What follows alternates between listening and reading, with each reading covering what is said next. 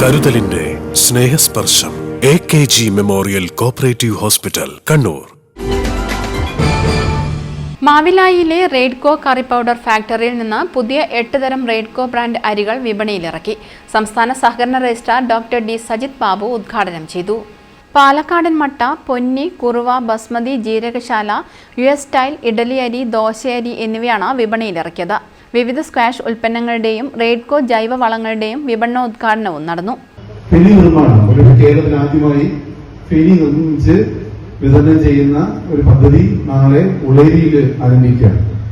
അങ്ങനെ സഹകരണ പ്രസ്ഥാനത്തിന്റെ ഭാഗമായി തന്നെ 3 പ്രധാന പരിപാടികളാണ് ഈ അടുത്ത 2 ദിവസങ്ങളിലായി ഒരു സഹകരണ പ്രസ്ഥാനത്തിന്റെ ഏറ്റവും മഹത്തായ സംരംഭങ്ങൾ പ്രവർത്തിക്കുന്ന കണ്ണൂരിൽ നടക്കുന്നത്.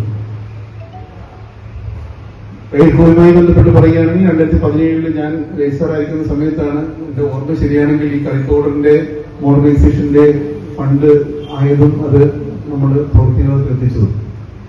അതിന്റെ ഭാഗമായി ഞാൻ ഇവിടെ വന്നിട്ടുണ്ട്. ആ സമയത്ത് വളരെ നല്ല, ഞാൻ ചെയർമാനെ അന്ന് ഒരുപക്ഷെ വിളിപ്പിക്കേണ്ടി വന്നാണെങ്കിൽ പോലും എനിക്ക് റെയ്ഡിനെ കുറിച്ച് വളരെ വലിയ അഭിമാനമുള്ളത്. കാരണം ഞാൻ പലപ്പോഴും ഗൾഫിലോ ഫോറിൻ കൺട്രീസിലൊക്കെ പോകുമ്പോഴത്തേക്കും റെയ്ഡ്കോ എന്ന് പറയുന്ന ഒരു ബ്രാൻഡ് അതിൽ എസ്റ്റാബ്ലിഷ് ആണ്. ഓരോ മലയാളിയുടെ ഉള്ളിലും റെയ്ഡ്കോ എന്നൊരു ബ്രാൻഡ് ഉണ്ട്.